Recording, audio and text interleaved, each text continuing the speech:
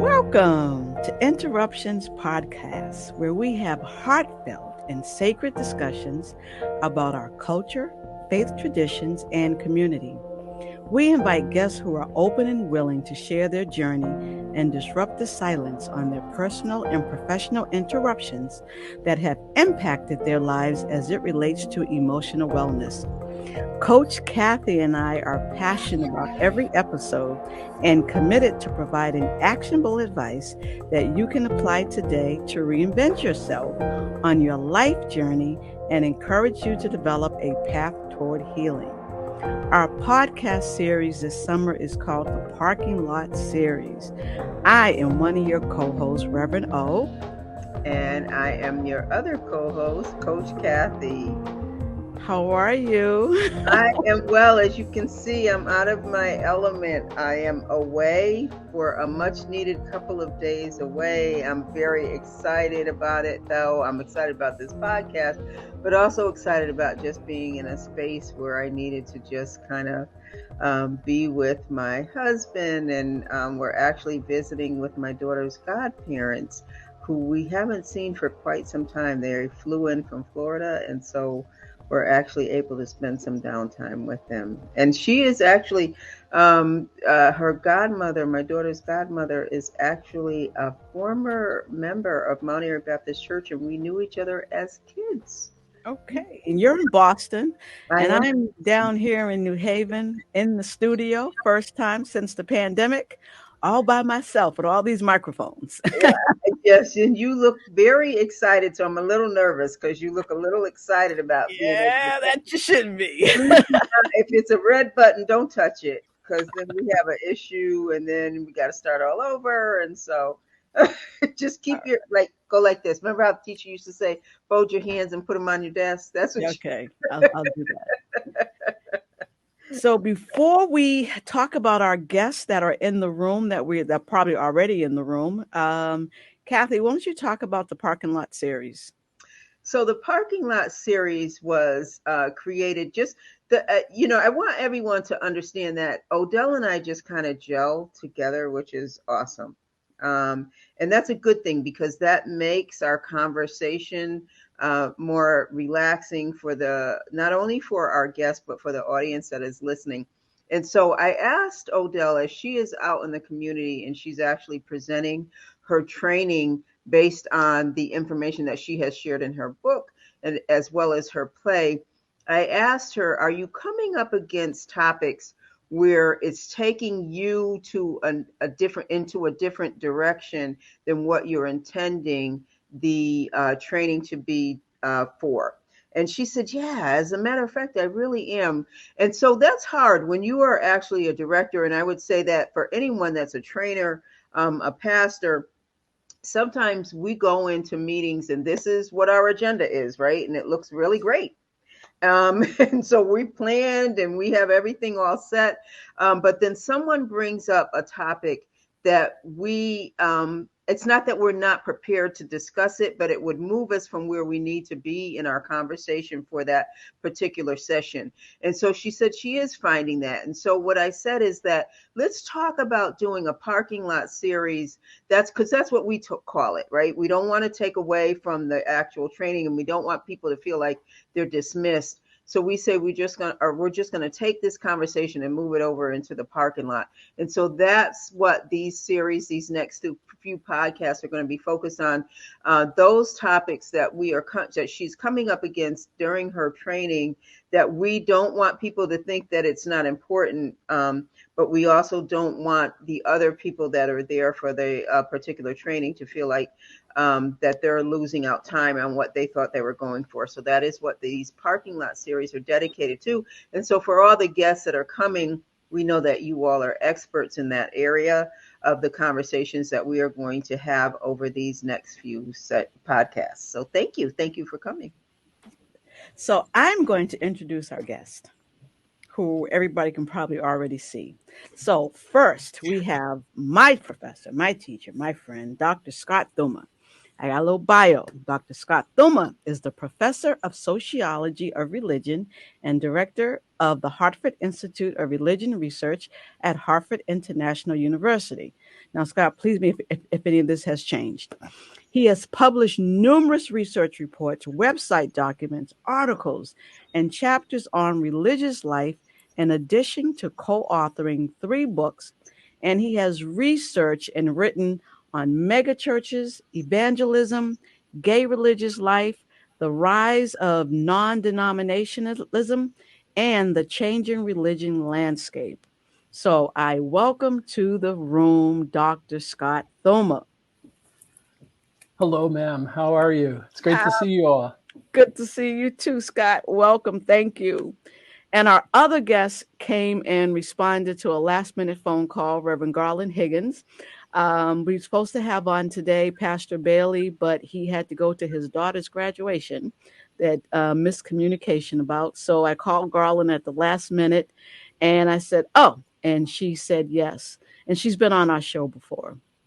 So, the Reverend Garland Davis Higgins is an author for teen girls, My Soul Speaks, a civic leader.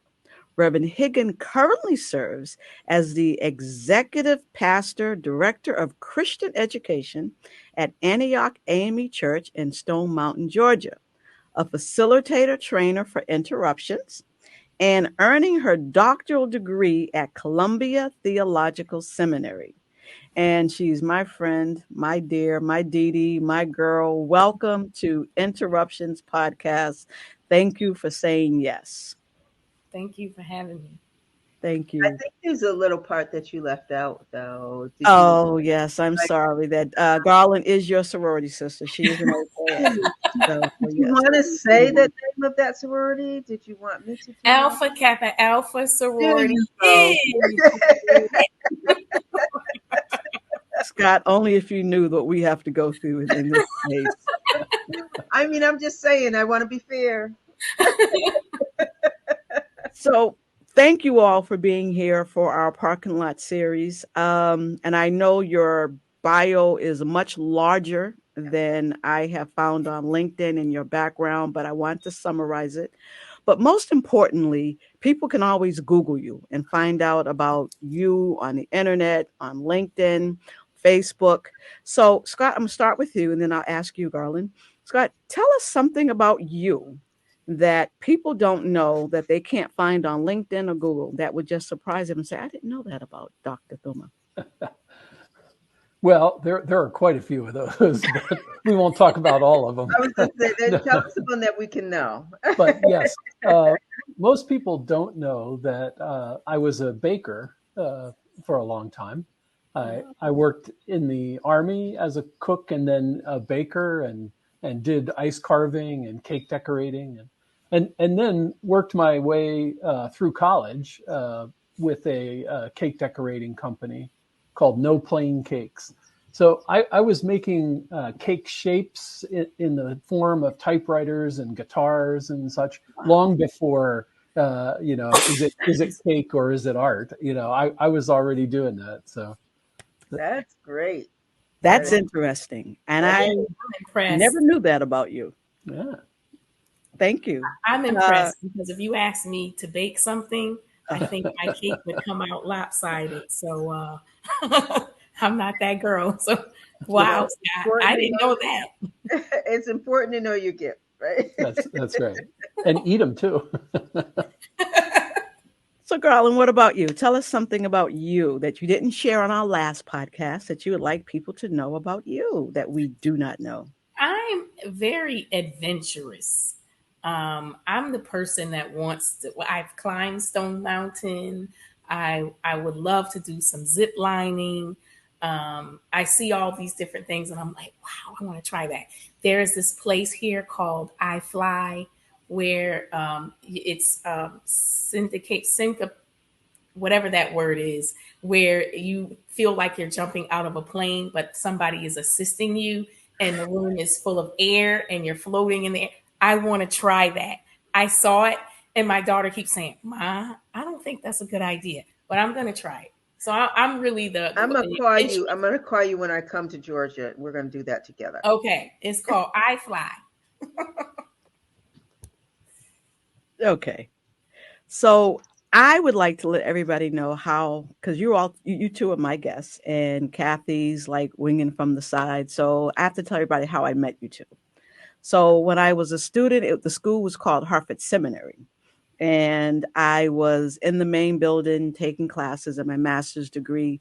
Scott was always, as they called it, the white building. We were in the white building. Scott was across the street. He and Carl Dudley and a few others and Dr. Rusin.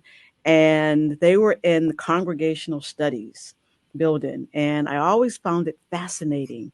And Dr. Kelton Cobb was my advisor.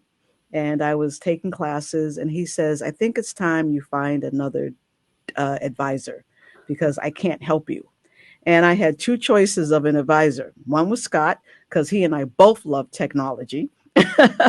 And it was Dr. Carl Dudley. And it was a tough call. And I met with Scott, met with Dr. and met with Dr. Dudley. And Scott said, my plate's kind of full, but I'll take you. It's okay. And he has been a mentor. He's been a friend. He has guided me along this journey. We've had great conversations about church and technology. And when I thought I wanted to get my doctor's degree, I met with Scott. And you have been there for me and have been a great friend and mentor. Garland and I met in the Black Ministries program and went to school together. She was in church together, and our families melded and gelled. And we became good friends, different sororities, but still good friends. And she's in the book, Interruptions. Yes. She's in the book. So we have been friends ever since in ministry, and she has helped me very much along the way in this journey. So, friend, sister, you're here. So thank you. Thank you. You. So I wanted, Scott, what I did for you during graduation when I saw you, and I'm sure you haven't had a chance to read it yet because you was winding down with classes, the Interruptions book. You and I have had the conversation where you know why I wrote the book and my background story. Garland has read the book because she is in the book and she helped me edit it. But the Let's Talk program has grown. I have the book Interruptions, and God inspired me to write a workbook to be able to talk about the mental health behaviors that you're seeing in the book. And then I try to talk about those mental health behaviors and attach those behaviors to a mental health language so that people understand what's going on. People have said what we're going to talk about today, that the church has failed us in many ways. The church has not been there for us when it comes to sexuality or same gender marriages or youth church, whatever the education is, whatever the issue is. But mental health has now been very strong in the Black church. And we're going to talk a lot about that in a couple of books that you wrote, Scott. I want you to share. And Garland, also your talk about your doctoral program that I can't wait to hear about. So that's what I want to talk about today. So Scott, I'm going to ask you the first question. So Sure. in your experience and first give everybody a little bit more background in terms of who you are and your work with mega churches. What are you discovering since this pandemic and the church with dealing with mental health and providing emotional wellness to their congregation?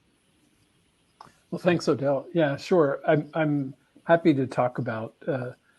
I'm currently involved in a large and pretty complex 5-year research project looking at how congregations have dealt with the pandemic and then how they're going to come out of it. And we're only one year in, but we've done 3 national studies so far.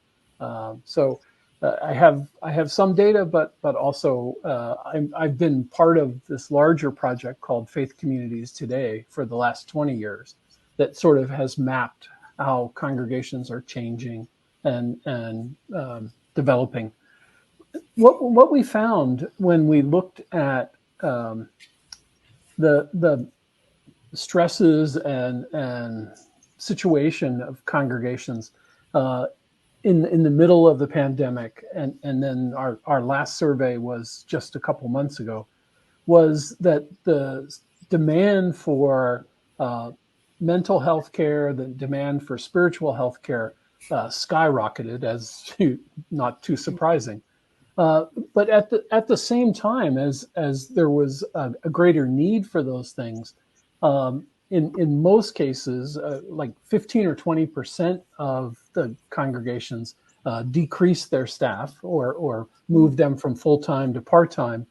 But then also the other challenging thing was normally we would ask a pastor what percent of their people are volunteers, and you'd get an answer between 40 and 45%, and that was true for about the last 20 years. When we asked last summer what percent of their members volunteered, it was 15%. That's And drastic. it's tremendous. Yeah, I mean, it's more than half. It has climbed a little bit to about 20%, but it's still, barely half of what it was. So you have these tremendous demands, and not just mental and spiritual counseling needed, but also all of the other aspects around food and around funds and all sorts of things. But they're really working with a significantly smaller pool of resources and volunteers. In most cases, giving had remained pretty strong throughout the pandemic. But what we're starting to see now is, as people get back out in the world, and obviously gas prices, and they're going out to dinner more often, the giving to congregations has dropped back to what it was pre-pandemic. So I think there are some real challenges right now. And if you really think about the mental health toll that the pandemic took on people and congregations, with the anxiety and stresses themselves, but then also with so many of our members either having been sick or, in God forbid, died, there really just is still this grief and pain that really hasn't been fully acknowledged. So many people lost the ability to go and grieve at the graveside and those kinds of things, and have the community support them in their loss. And I think there's a tremendous amount of pain that's latent in a lot of congregations these days. Scott, I hear you say, thank you. I hear you say two things. You said mental health and spiritual wellness and spiritual health. What's the difference? Can you explain to our audience what the difference is, please? Well, it was two different questions, that's the easiest one. But yeah, I mean, I think obviously there's a significant overlap between the two, just as well as physical health. I mean, I think, we're holistic beings, and if one aspect of our lives out of sync, all of those aspects are going to be out of sync. But we wanted to distinguish, in some sense, in the question, which we also asked to the clergy, whether they were stressed in terms of their soul and their family relations, and grieving over lost loved ones, or anxious about where the pandemic was going. But then also, all of those things have a spiritual dimension, and the question of where is God in all of this, or I'm not able to be with my community. So many people get both mental and also spiritual support from their congregation, and at a time when they interacted through Facebook Live or for Zoom or something, it's just not the same thing. And we saw both of those spike by over 40% in many cases. Okay. So it was a real challenging time for sure. Okay. Thank you. It's funny that you say that it's not the same thing, but I think originally, I just don't think that we were ever in a space or a place like this before in time, right? And so um, I I think that we put a lot of trust and a level of expectation into certain professions that should have been ready for this type of situation coming up. But who would have ever thought? Who would have ever thought, right, that we are still talking about COVID Yeah. in 2022? Because we just thought it was going to be over with, right? And so your points are well taken in that, in terms of Zoom and in person, because if you think about it, um, most offices, I would say, offices and churches, once we got up online, people were like, "Wow, this is great." They figured out a way for us to still communicate. Seriously, right? They figured out a way for us to still communicate, and this is wonderful. And this is just beyond our time. And then about, I would say, 4 or 6 months into it, you're like, "Oh my God, I can't do another Zoom. If I have to sit on another Zoom meeting, I am just not going to make it. I can't, because everybody was doing really creative things. I know for me, personal friends that we were normally in touch with weekly, we were doing things like facials, like weekly facials and weekly game nights. And then it was like, okay, I can't do another facial. I can't do another.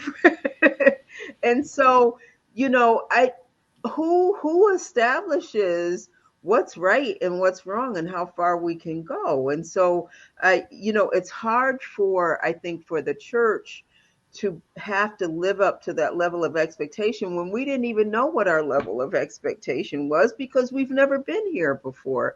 So it's kind of unfair to put so much pressure on our churches to be able to address what everyone is going through when we have never gone through this before.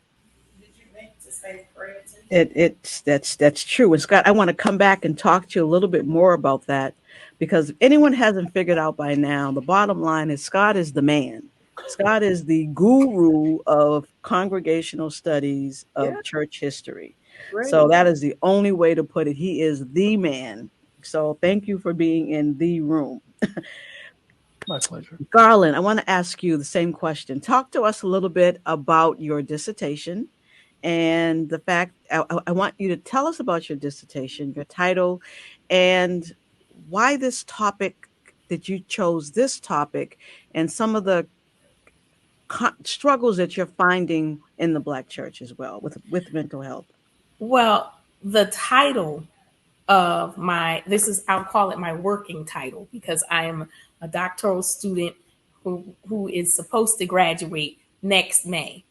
And so I will call it my working title, because it's possible that that could change somewhat. But right now, it is The Mystery of Black Folks Mourning, Mm. the historic denial of grief and its effects on African Americans in the church today. And how I got to that point was, you know, even as early as my 20s, I always had the question, is there a connection to um, how the Black community grieves today compared to slavery? Mm. Because during the time of the slavery period, we were not considered to be human. We were denied the right to grieve.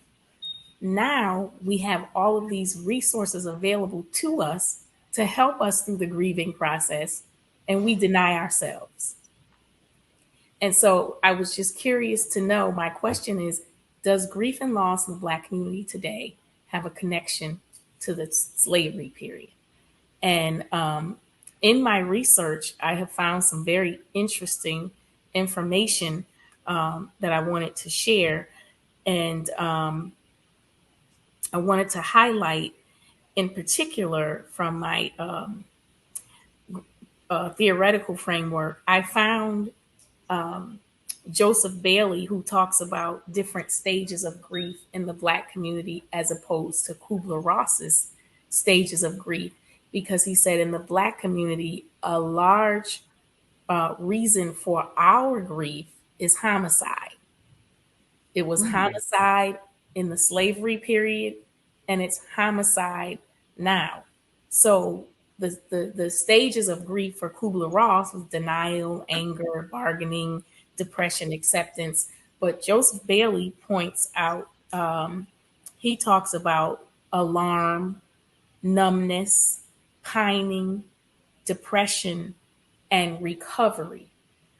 So he focuses a large part on, because of there's a large part of our community when we deal with loss, it's homicide, because we're not really getting to a point of acceptance. We're just going to recover from it and do the best that we can. And so in that, we're not always willing to walk through the grief journey process in a healthy way because we're not willing to get therapy. And also, it's a little different now, it's getting better, but the Black church have not really been there, not really been able to be there for those families grieving because maybe lack of resources or overlooking, again, that denial of we're supposed to just move on and let it go, and how we are able to still manage to function without really dealing with the grieving process in a healthy way kind of shows right now, even with the road rage and so many things that are happening in our communities because people have not been dealing with the root problem. Thank you. So you said something, Scott, in your research of churches and culture and faith, is this myth stigma more stronger in the Black community than any other faith or religion you studied, or is it equal and we just aren't when we're just not paying attention to it? Well, it is apparent, I think, that we're not taught in seminary to really reach out to parishioners in terms of mental health, right? I mean, Could you say that again for our readers, our listeners, because now that I'm they not a tend to seminary go anymore, straight to the pastor. Yeah. Say it louder for the people in the back. Yes, that's right. No kidding. Yeah. So I mean, what you've often seen is that clergy feel comfortable doing, pastoral counseling and dealing with the spiritual issues. And if someone starts to say, "Well, I'm hearing voices," or "I feel depressed," or they immediately ship you off somewhere else, right? And I mean, there's a good reason for that. They're not often trained, but what that has meant is the proactive issues of mental health are very seldom addressed in the life of a congregation. If they are, they're addressed by, well, we support, AA and NA meetings, or we have, Overeaters Anonymous, or, we sort of farm out a lot of those issues to other groups or to professionals outside the building. So therefore, instead of adequately addressing things like grief or pain or loss, we put it into the professional category and send you to the psychologist or something, which then disconnects your mental health from your spiritual health, and that's been changing some. We've seen a rise in congregations that are doing kind of health and mental health based programs, and honestly, the data shows now that African American congregations are the most likely to have some of those health related programs compared to evangelicals or mainline congregations. But we're still, a good ways away from the idea of a proactive kind of mental health treatment, before it gets to a crisis stage. And I think you can trace it back to the history of the Black church and how it's developed over time. Okay. Yeah, it's all right. Now, Scott, I have a question for you. Thank you. I have a question for you. When Kathy and I was putting together our topic for this evening, this being Gay Pride Month, also want to talk about when we talk about the Black Church. The Black Church has definitely, people have said, has failed their people in terms of supporting those who were gay and homosexuality, whatever the language is, not trying to be disrespectful. But the Black Church has failed us, did not want to deal with it. You wrote a book called Gay Religion, and now we're talking about mental health. Scott, can you tell us, and I know you're great with all these great numbers, and Garland, I want to come back to you in terms of what you're seeing in Atlanta. Can you talk to us, one, what was the book Gay Religion about? Give us a little bit of background. And how many people do you think are from that population dealing with, not dealing with, who are gay, are now have mental health issues? Thanks for these difficult questions. Listen, Scott, you're the man. I'm going to bring you on and ask questions that She's we coming at you hard, Scott. That's right. So in a minute or two, no. The book Gay Religion really came out of some of the earlier work that I did in Atlanta on groups that worked with evangelicals all throughout the South, and in back in those old days. I mean, this is now a good many years ago. If someone lived in a small town in rural Georgia and really thought that they were gay, oftentimes they would be kicked out of their family, kicked out of their church, and really run out of town. Mm-hmm. And so they always ran to Atlanta as the big city. And it was clear at that point that they were suffering tremendously from rejection and not knowing sort of who they were, but also knowing that God didn't love them. And I mean, it was incredibly painful to do some of that research. That then caused me to begin to look. Okay, so what were some positive LGBT and Christian sort of expressions in the country? And so the book Gay Religion is really a collection of sort of positive ways that people have put together their faith and their sexuality. So in some sense, I have tended to focus on the positive aspects, and even did a study of a gay gospel drag show that happened in Atlanta for almost 25 years. Really? Yeah, it's not going on any longer, but it was a fascinating way that in some sense, mostly gay men were sort of trying to take back their sense of spirituality, and they would all come together and they'd sing gospel hymns, and some of it could have been seen as in jest, but when you looked on the faces of a lot of these folks standing around the bar singing gospel songs, it was absolutely clear that they were at church, right? That they had a real connection with God through that, and that the fact that they couldn't do that in a lot of the congregations that they came out of was just painful, but also quite fascinating for a researcher. Okay. I think what we now much of the conversation is around transgender issues, and yes.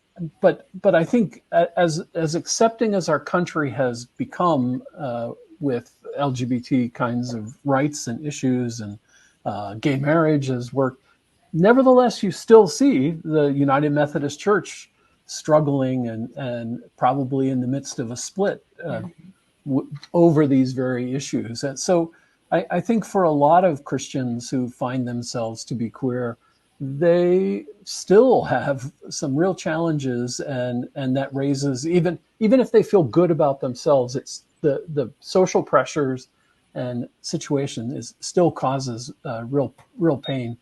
And I'm not one to cast aspersions, but I do think that sometimes African American congregations don't. They may tolerate gays and lesbians in their midst, but because they don't bring it out to have a conversation about it, there's this unwritten rule that, well, they can be the choir director, they can be the organist, but we're just not going to talk about it, and that's not full acceptance, and certainly right. those folks feel that and know that, so there's a ways to go in every tradition for sure, but Okay. Now, can I ask the three of you a question? So this is a really great conversation. And so I hear that that's not what you're taught when you're going through seminary school. And so I think that's important, but I don't know that that's shared with the entire congregation. I think the congregation has a level of expectation of those that are in your positions that, I don't know, figure it out. Find something in the Bible and tell us what's the right way. And so that's not fear, right? So I think that that's a really good conversation. So what is it that you are taught, and then what do you think needs to happen in order to deal with these other issues? Because it's not like we say, okay, we'll go back to seminary school and figure right? No, seriously, because it's not like you have a club or, so what happens as times are changing, just as they are now in terms of mental health, concerns around mental health? Who is who says to you, hey, there's some issues around mental health, maybe you should go back for training? Who makes that determination? And then where do you go? What do you do? I read Scott's articles. Okay, well, seriously, Yeah. in terms of friends and congregation, between the articles he has coming out, the website, most pastors today are in tune to what Scott puts out. No, and I appreciate that. I do. That's an Yes. honest answer. I appreciate that. And But I'm saying that I'm trying to figure out. no, but I was with that. These issues are happening, Yeah, right? with that is true. That is what we do in terms of literature and reading, and Okay. trying to get an understanding on the theological practices, what's going on, so that we don't think it's just happening in our community. Yeah. And the other thing is, you really have to listen to your people. You have to listen to them and admit, I don't have experience with this. I need to send you someplace else. I need you to go to counseling. It's okay to go to counseling. And it's important, as we're doing interruptions, as Garland was with me with part of the training, is it's okay not to be okay. Yep. And not to have that stigma, the feeling that you have to be the strong Black woman, or the man that doesn't cry, or the pastor knows everything and can solve all of my problems and the hour meeting I'm going to have with him every week. But I won't tell my doctor what's going on with me. That we have to change. And Odell, thank you. I always appreciate your honesty, but that would be great if I were going to you as an individual, right? But how do you because really what I'm trying to say, as for our ministerial staff everywhere, our level, the average level of expectation of the congregation just is a lot of pressure for all of you, right? Mm-hmm. And so how do you get that? And Reverend Garland, I'm going to ask you, how do you get that message that Odell just said, that, listen, I wasn't trained in this. How do you get that message out to the congregation and the congregation be okay with that? Because from where, if as you're saying, all the studies that have happened and looking back on generations, that the people sitting in the congregation, we have an unrealistic expectation of those coming to the pulpit. We do. Mm-hmm. We just do. With everything that's going on. And I'll be the first one to say, it's just not realistic for you to be able to address every issue that's going on. So how do you get that message to your congregation to say, I hear you. I do. I know there's a lot going on, but from this, where I stand right now, there are other avenues that you need to reach out to, just as Odell said, in order to seek other assistance. How do you do that? I once heard a pastor say, don't put me on a pedestal, because if I step to the right or to the left or to the front or the back, I'm going to fall off. And what I have done personally in my church is being transparent and letting the congregation know, hey, I don't have all of the answers. In particular, when I'm teaching Bible study, you may ask me a question. I will do my best to find the answer and get back to you if there is one, because we know God is mysterious. Some things we just can't find the answer, but I will not stand before you and give you that notion that I know everything, because I don't. When you pinch me, it hurts. And when you cut me, I bleed just like you. And so I come to the scriptures with my own personal experiences, just like you do. So it's really just being transparent and showing them that I'm human, just like you, and I am on the same level playing field with you. I make mistakes just like you do, and I make mistakes every day. Yes, I have Reverend in front of my name, but I make mistakes every day. And Scott, you know those pastors, these younger pastors, these like Garland is now describing, that says, I'm not perfect and I don't know all the answers. But Scott, you also know those pastors that who, male and female, have always said, I know everything. Have taken, you see, I see your face, Kathy, who have, come to me. I know, listen to me. I heard that one of the pastors in Buffalo told the young people who were going to school, don't talk to a counselor if they come to you, come to church. And because the pastor knows, the pastor will pray for you, pray more. And, did you stop tithing? And all these beliefs. Where are these? Not where are they, but Scott, what are these pastors doing who have put themselves on a pedestal and want to remain on that pedestal as being the ones that know all, can heal all, and you just need to pray more versus we need to try to outsource some of the issues that we're having in our church? Yeah. I mean, I think there was probably a time in our history where the clergy did know more than the average member, right? I mean, oftentimes they were the most educated. They were able to read, that they had gone to school, and so it was maybe legitimate to get advice about every aspect of life from them, or you weren't able to get advice or help elsewhere, and the pastor was the only person. But in the day and age that we live now, where all of us carry around the entire world's knowledge in our fingertips, right? It's hubris to think that you can say, I know everything, and your people aren't going to pull up Google and check and make sure your advice is correct, And so I think that I've studied too many pastors who have that attitude, and therefore go send people down a path of difficulty and challenge, only to drive folks away because they finally come to the realization that this person doesn't know everything. Mm-hmm. And do they know anything about spirituality? So I've got to go somewhere else. And I think some of the challenge that we're seeing with the nuns, with the non-affiliated younger generations, might in part be attributed to this attitude of, I can answer all your questions, and the church, as the church, can address all of the issues of life.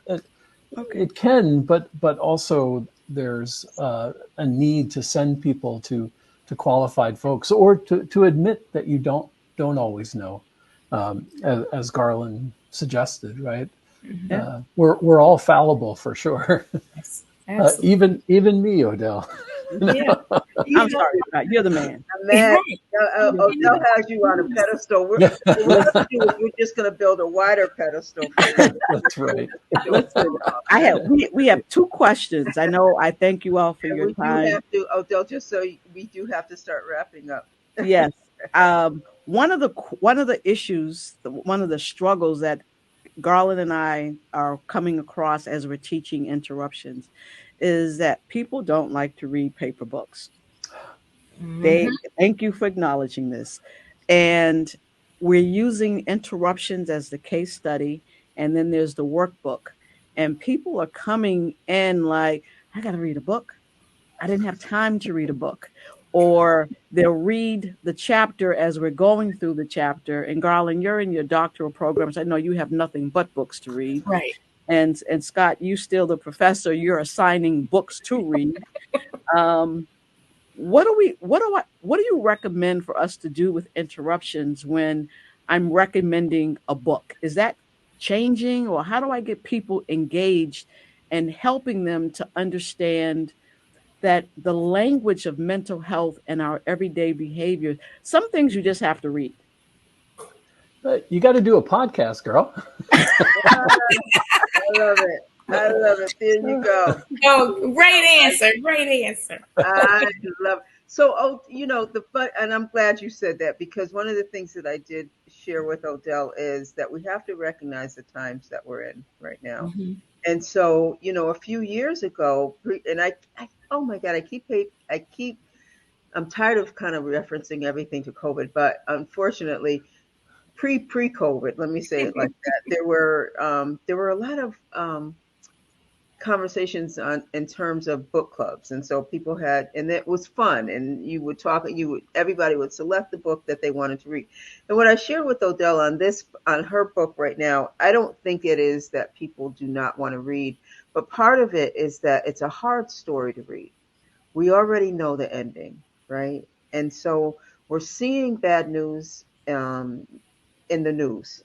We don't even want to turn on the news because we don't want to hear about another shooting. We don't want to hear about children that were doing what they were responsible of doing, going to school and getting killed at school. We don't want to hear it. We don't want to hear the story about people going to the grocery store and they were just trying to take care of their families and buy groceries for the week and they got killed. And so it's hard. And so with her book, as much knowledge and information that it's bringing, it's a hard story to read because we know the ending. And that's hard for us to say that I have to recognize that I've read through these pages that not Odell, but another mother has lost her child to a senseless shooting. So I don't think it's that people don't want to read the book. And so I think in terms of how do we do it, we just have to look at the times that we're in and kind of make it part of the teaching in terms of maybe we read, Odell, you read the first couple of pages, you're in the group, let's read this now. And then,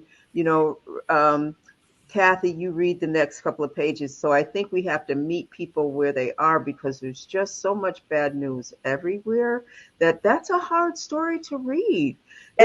Yes. Yeah. But one of the things that, we did this book, the book is not about gun violence.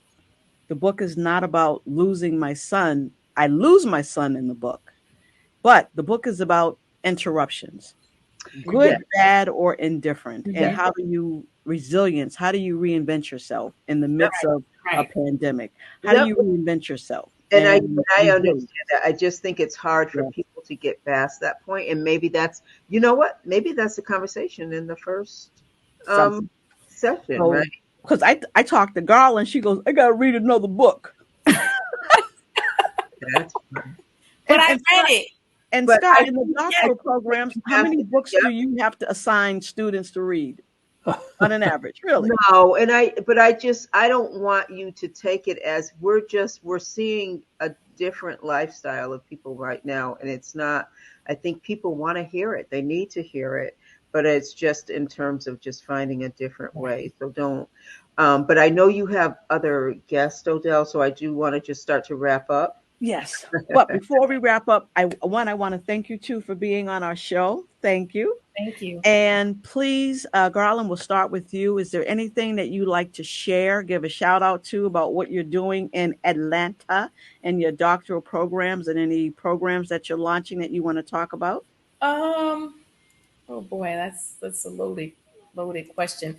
Currently, I am the Christian Education Director for the Atlanta North Georgia Conference for the AME Church. And so that consists of the east, west, north side, and south side of Atlanta, all of those AME churches, which is over 100, by the way.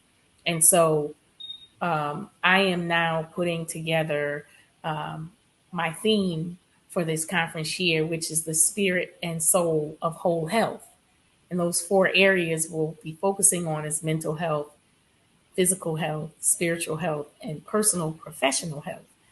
And getting that going is going to be very interesting as I'm looking for the people to help me get those forums off the ground to make them a success. But I truly believe that is going to be something that's going to draw the attention of a lot of people. It's so necessary, in particular in this time. I can't help but refer to COVID for everything because it has totally changed people's lives.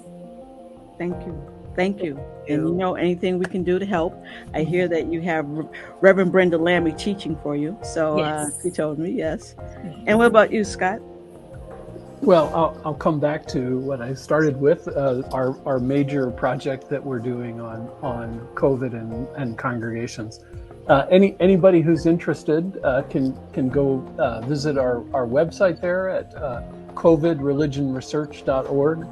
And if they're interested, they can volunteer to be a participant in our research. We have a panel that we're following for 5 years, and we have national surveys, and we're hoping to survey about 100,000 attenders in a couple of years to see how people are getting along in church post pandemic. So.